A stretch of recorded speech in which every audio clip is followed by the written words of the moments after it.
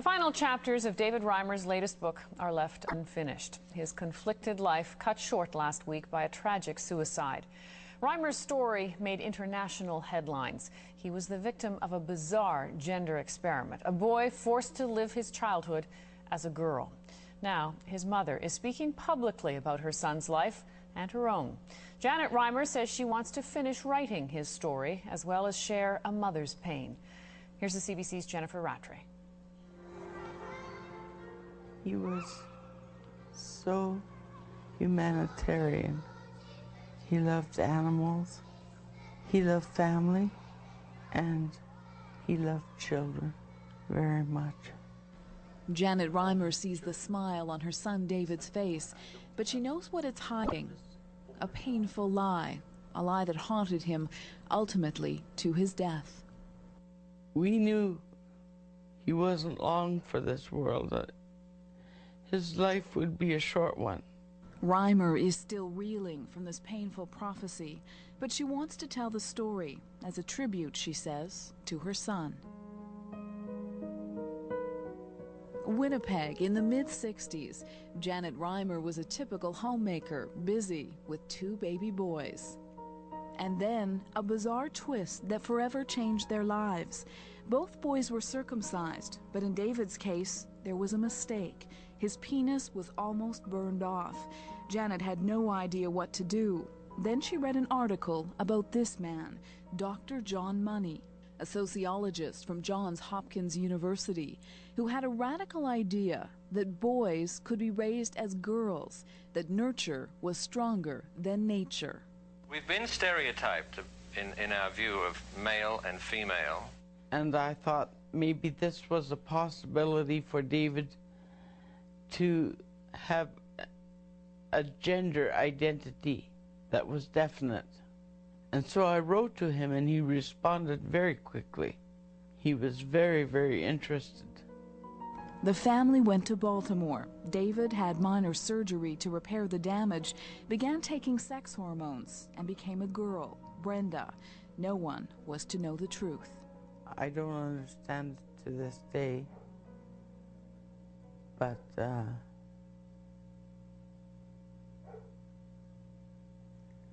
we also were afraid of the world, and we hid as a family. Not so Johnie Money'u. He made world headlines with the case. It makes it very exciting, don't you think, to live in an age of discovery of human personality this way. Except Money'u was wrong, and Janet realized it early on. I lied to myself. I pretended it was going to work. But when he was 2 years old and I put him in a dress, he tried to rip it off. Then I thought, oh my God, he doesn't want to be a girl. David or Brenda knew he was different. He felt like a boy, looked like a boy, yet was dressed like a girl. And as David later told the CBC, he was teased without mercy. Well, it was many used. It was, caveman, it was freak, it was, stuff like that. Desperate, Janet looked to Dr. Money'u for guidance. And I asked, what happened to those people that the experiment had been done on? And he said most of them committed suicide. And I said, I will not allow my son to commit suicide. I will protect him. When David was 14, he was supposed to undergo a complete sex change operation. Instead, he learned the truth. His father told him that he had been born a boy, that there had been an accident, and Dr. Money'u had suggested that he be changed into a girl. The lie was exposed. Well, I was joyful because he was more content. And that's all I wanted for him, for both my boys, just to find contentment and joy in life. For a while, they did. David got a job, got married, adopted his wife's children, and in the late 90s made the decision to go public with his story. When I was in that situation, I thought I was all alone. I had nobody.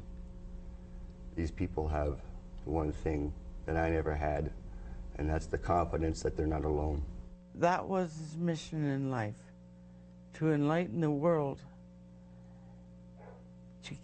for doctors to keep away the knife, at least until the child is old enough to make their own decision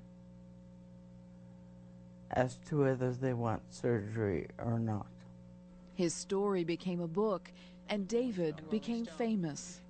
He didn't want any more children to suffer the way he had. And he got a lot of response, and many women wrote in to say that their children had been spared because of his story. But the family could never escape the past. 2 years ago, David's twin brother Brian committed suicide. He was very, very close to his brother.